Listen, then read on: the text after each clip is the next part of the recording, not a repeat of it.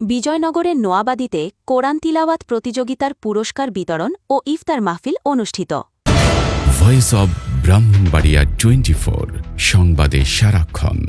ব্রাহ্মণবাড়িয়ার বিজয়নগর উপজেলার নোয়াবাদী গ্রামে স্বপ্নচূড়া যুব সংগঠনের উদ্যোগে পবিত্র কোরআন তিলাওয়াত প্রতিযোগিতার পুরস্কার বিতরণ, দোয়া ও ইফতার মাহফিল অনুষ্ঠিত হয়েছে।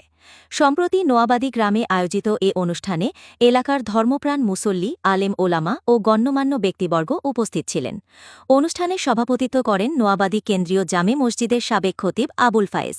প্রধান অতিথি ছিলেন কাঞ্চনপুর আনোয়ার উলুম মাদ্রাসার প্রিন্সিপাল হাফেজ মাওলানা আহমাদুল্লাহ।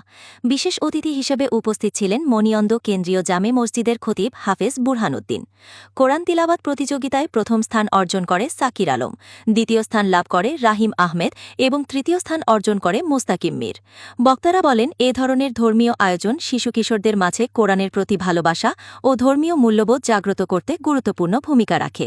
অনুষ্ঠানের শেষে দেশ ও জাতির কল্যাণ কামনা করে বিশেষ দোয়া অনুষ্ঠিত হয় এবং উপস্থিত সবার মাঝে ইফতার বিতরণ করা হয়।